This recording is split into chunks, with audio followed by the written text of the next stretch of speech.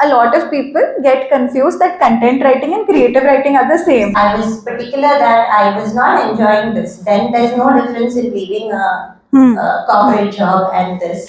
Writing as a journey is a transformation of an idea. It is thinking of an idea, putting it in words, and that little journey takes a lifetime for most writers like us.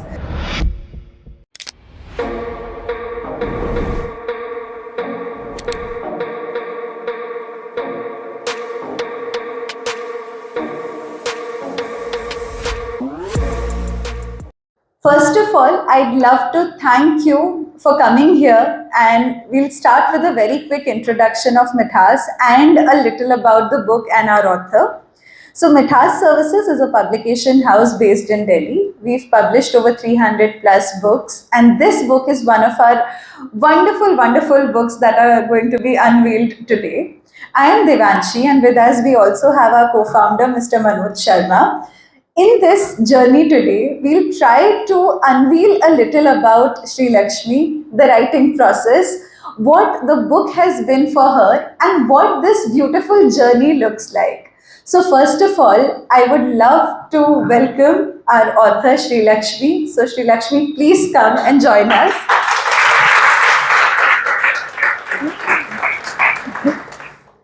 From the journey that we have had together, I'm sure I'll not start with a formal introduction because all of you already know her.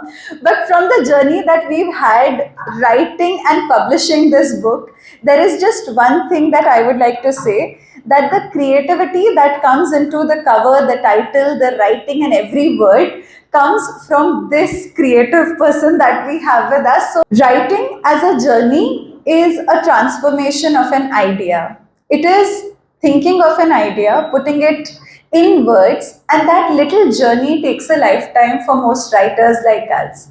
In this event today, with the book launch, we will also try to, slightly in conversations know from Sreelakshmi what that journey of an idea was and how that journey became the book that is here today. So now the moment for which we've all come here. But before that, I would also like to invite a very special person for unveiling the book, Rajalakshmi ma'am. So please join us. From what I know, she has been an inspiration to the journey of writing that Sreelakshmi has. And we would love to have you with us while unveiling. Ma'am, please join us. And now in 3, 2, 1, we are going to have the book launch, everyone. So the excitement goes high. Let's wait for the moment in 3, 2, and 1. So please, let's pick up and unveil.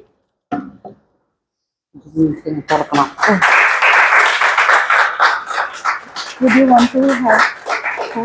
Shall I? Yes, yes.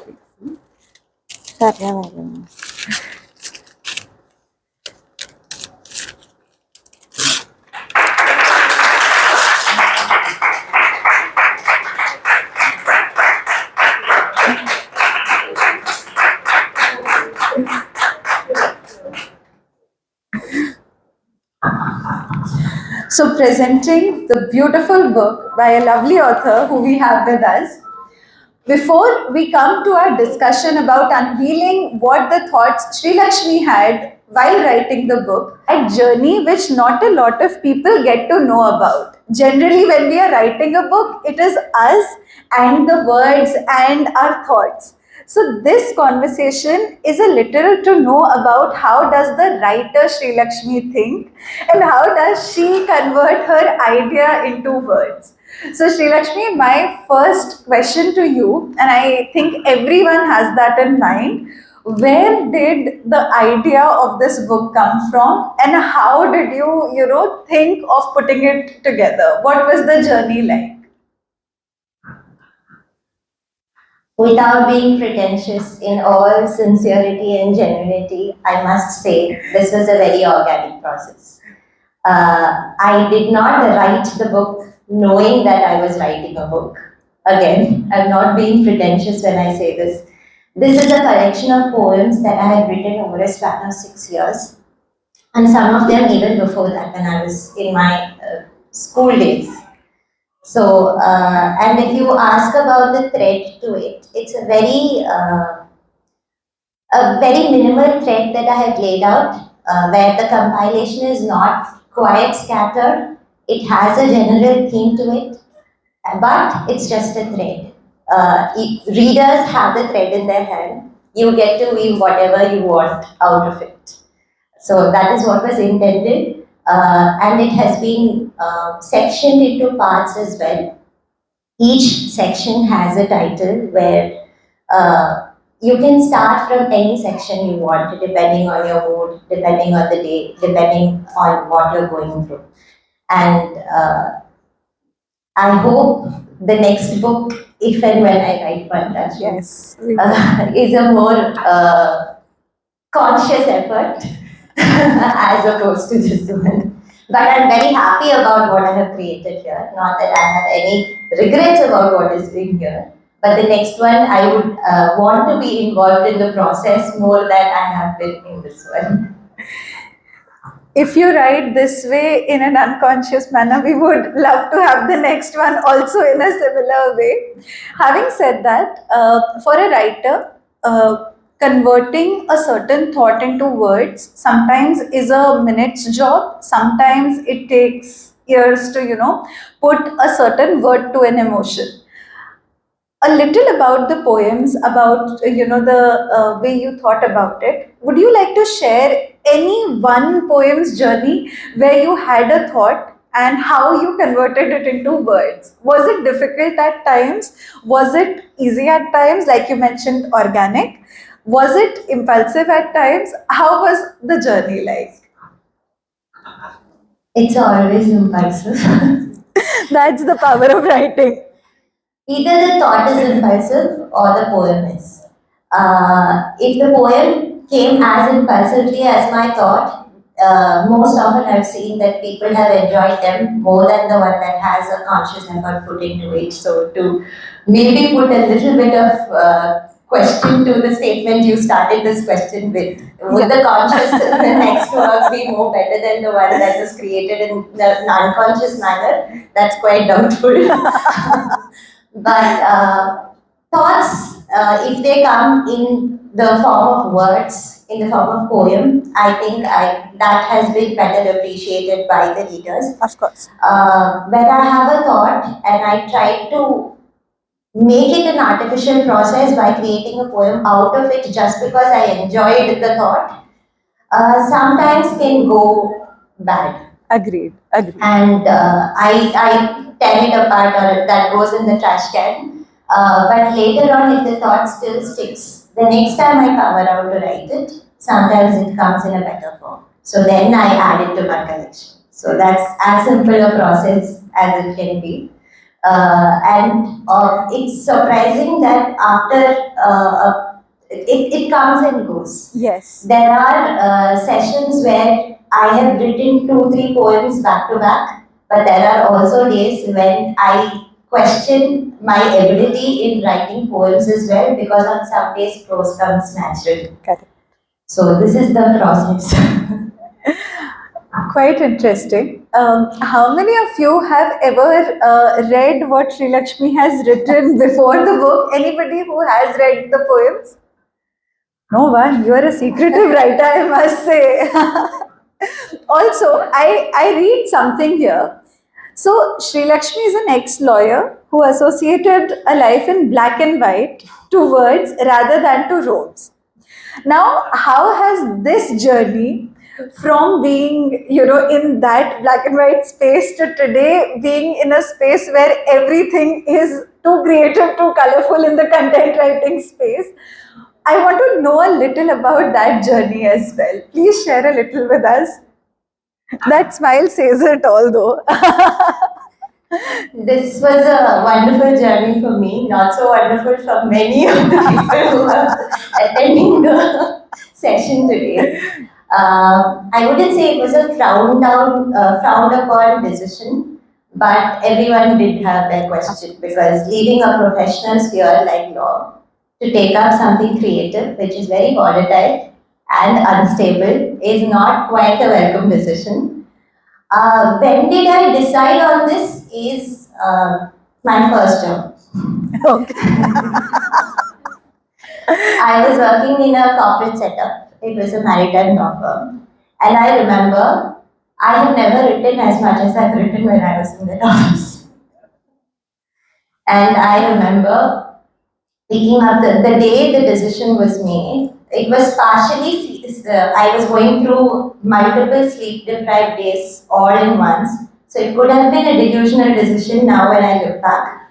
But a little bit of it was I have written poems while I was sitting in my law school classes as well, which I have never done when I was in school or when I was doing 1 year arts in economics.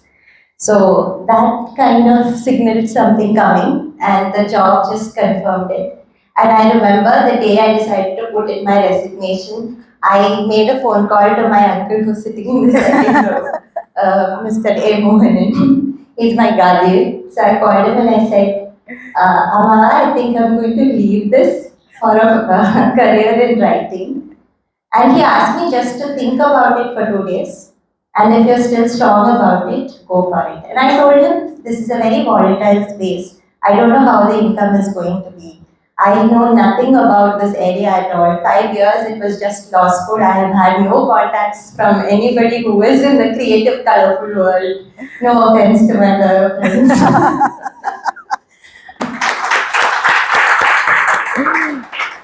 That's such a beautiful way of putting it across, and I think such an interesting turn of the career from there.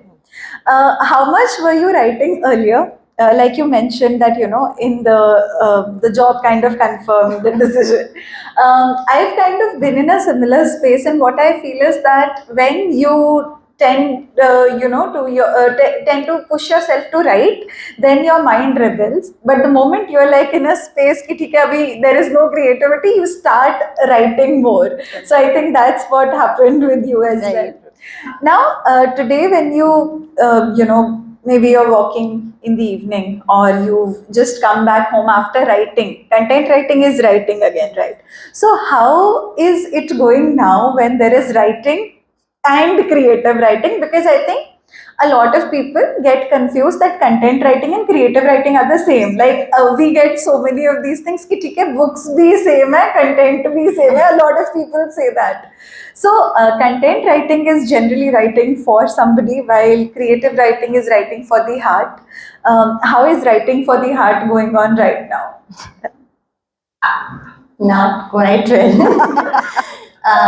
Now I'm writing for other people's hearts, their emotions.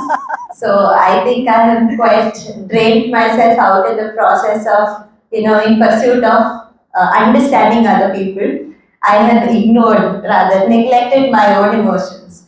So my content writing started off in a very niche-based manner, where I was writing for companies, businesses who were mainly pharma companies or technical companies, where I must admit the writing was not very exciting. I was giving product descriptions or very dull, drab writing. But eventually, I was particular that I was not enjoying this. Then there's no difference in leaving a corporate job and this. At least there the income was much more stable. And that's when I started looking out for creative ways where I can put the content to use. And now I've started out with taglines. I'm writing for artists of different forms, even boutiques, designers, so on. And I'm working with a few artists, actors. So there I am getting to explore the creative side of it, which I'm currently enjoying. And hopefully, again, let this keep going the way it is. There's always the jitter because it doesn't come with the kind of security that anyone aspires for. If there are aspiring writers, please don't be discouraged. It's a wonderful process. It's very satisfying for your heart. And once that satisfaction comes, I think you attain the balance to bring it in your work, and then it makes a lot of difference. It does. It does. So, speaking of art and artists, there are three things I want to put across everyone as well, and then ask you a question about it.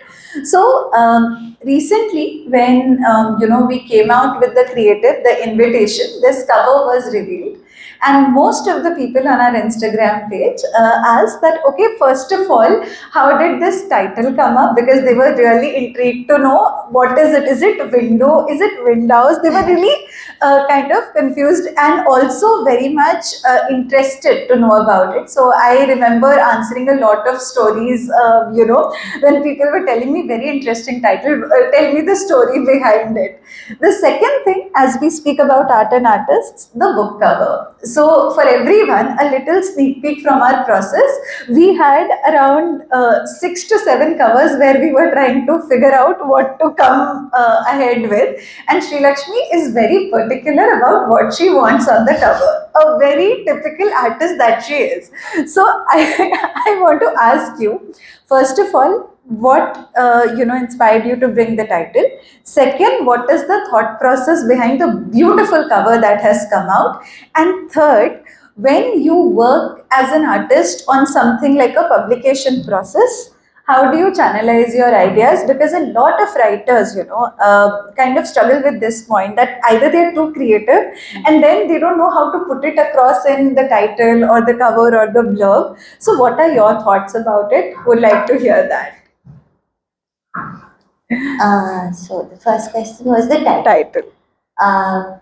Windows is a wordplay on Windows, which is further, I attempted to explain it a little further with the tagline where every breath is a worded opening to our minds. Yes. That the wing stands for the breath and the windows for the opening.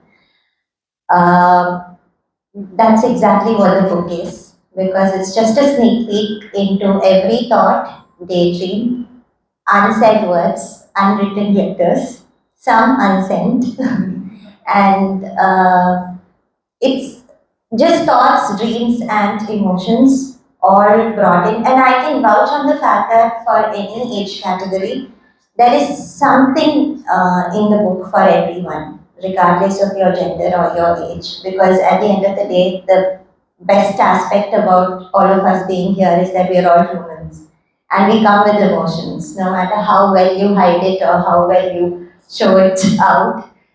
We all have emotions deep inside, and I'm very sure that at least a tad bit of it is explored at least in one poem. So this is an encouragement for everyone to just flip through and find where it strikes you as well. So that is with the word and the title. Then the cover. Yes, I wanted the title. I was a little particular about the title. Kudos to the whole Mithaas team. They came up with 6 to 7 different options for me. All of them were very beautiful. Um, for me, the signature color is blue. That is one. Yes. And the whole cover has a window on it because I felt that my words were not doing justice, because not everybody is a word person. For some people, visuals communicate better. And I am somebody, although you say do not judge a book by its cover, sometimes I do. Not with people, though, just books. There is some happiness you get by having an aesthetic library. I'm pretty sure book readers, at least some of you would join me in that. Yes. So I wanted a very classic Victorian kind of vibe, because there is a Jane Austen lover in me. Yes, yes.